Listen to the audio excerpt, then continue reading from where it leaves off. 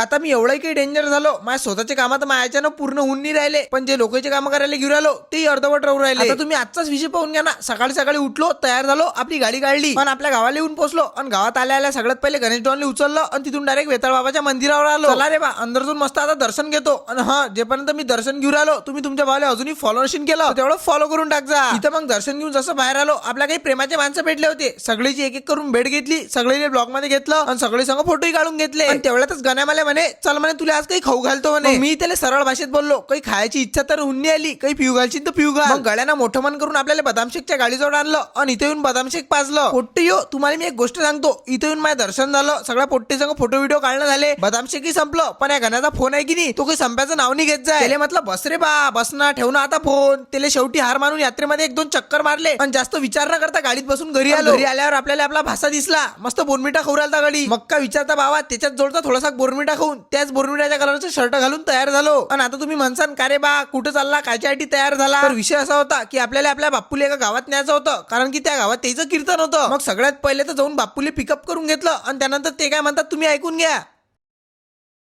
आणि मग तिथून गाडी काढली तर ज्या गावात जायचं होतं त्या गावात येऊन पोहोचलो. आणि इथं आल्यावर महाराजसोबत एका घरी गेलो आणि तिथं जाऊन पोटभर जेवण करून घेतलं. आणि पोट्टियो, तुम्हाला खरंच मी एक मनापासून गोष्ट सांगतो, कधी ना कधी तुमच्या आयुष्यात एका ना एक वेळेस कोणत्या ना कोणत्या महाराजसोबत एक वेळा जेवण करायला जाऊन पहा. लोक किती मनापासून सेवा करतात हे तुम्हाला समजून जाणार. मग जेवण करून सगळ्यात पहिले कीर्तनाला गेलो आणि कीर्तन झाल्यावर आपली गाडी काढली आणि डायरेक्ट निघालो घरी जायला. चला मग पोट्टियो, आजच्या ब्लॉग मध्ये एवढंच. ब्लॉग आवडला असेल तर तुमच्या भावाला इकडे फॉलो नक्की करजा.